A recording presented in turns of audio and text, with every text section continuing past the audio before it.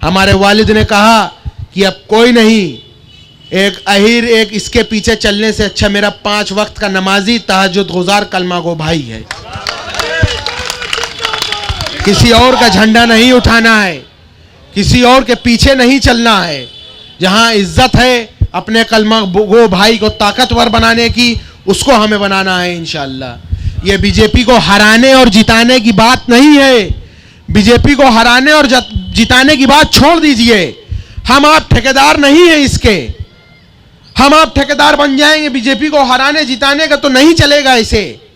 आप इकट्ठा हो गए होते, अगर आज आप इकट्ठा हो गए होते तो 100 सीट सापा देती। मुसलमान कभी समीकरण नहीं देखता था।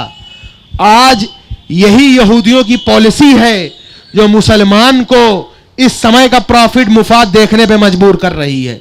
मुसलमान कभी आज का मुफाद नहीं देखता था, मुसलमान दूर की सोच लेके चलता था। अगर आप आज का मुफाद देखेंगे तो आपको समीकरण दिखेगा, लेकिन आप कल का मुफाद देखिए।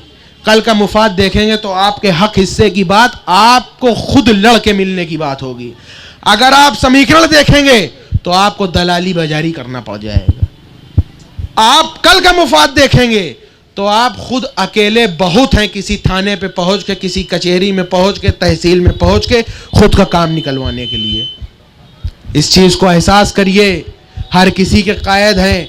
अगर कुरान ने कहा है कि सफर पे निकले हो तो अपना अमीर चुनो, तो अपना सियासी अमीर चुन लो।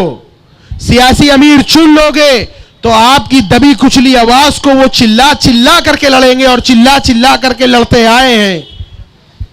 और ये पार्टी ऐसी है जहां दिलदार मुसलमान की जगह होती है। दिलदार बन जाइए, दिल खोलकर बैरिस्टर असदुद्दीन ओवैसी साहब की बात सुनिए और एक दूसरे के लिए मर मिटने की हिम्मत रखिए। मुसलमान को सिर्फ जगाने की जरूरत है। जो इस समय पट कर दिया गया है, मुसलमान को भर दिया गया है, उससे निकलिए, अपने भाई को मजबूत करिए, और अपना हक न मिले तो उसे छीन लीजिए।